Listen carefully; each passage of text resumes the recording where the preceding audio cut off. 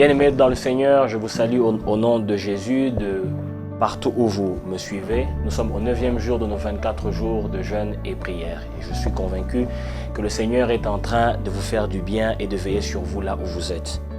Une petite parole d'encouragement encore aujourd'hui qui fait suite de la parole d'hier, se trouvant dans Ésaïe chapitre 31 du verset 4 au verset 5, je dis au nom de Jésus, « Comme le lion ou le lionceau rugit sur sa proie, ainsi descendra l'Éternel des armées pour combattre sur la montagne de Sion et sur sa colline.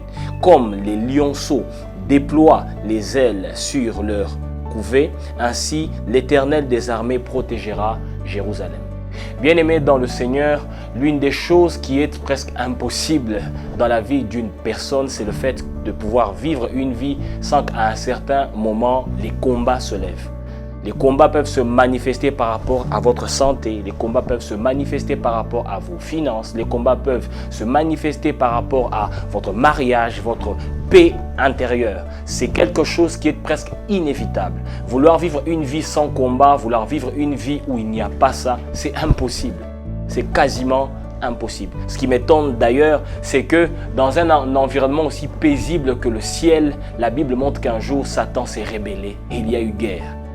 Alors imaginez-vous ce qui pourrait se passer sur terre, là où nous sommes. Mais la bonne nouvelle que j'ai pour vous, c'est que dans votre combat, Dieu, lui, se décide de marcher avec vous.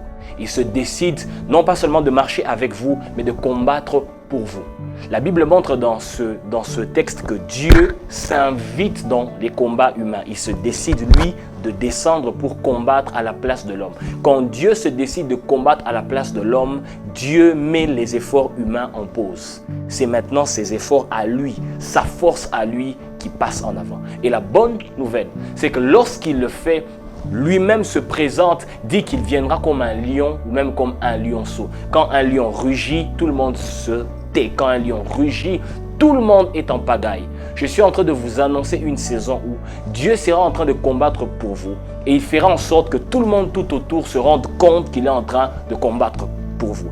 Parce que quand le lion rugit, même à des kilomètres, on sait savoir que c'est un lion qui le fait. Et la deuxième chose qu'il fera, c'est de vous protéger.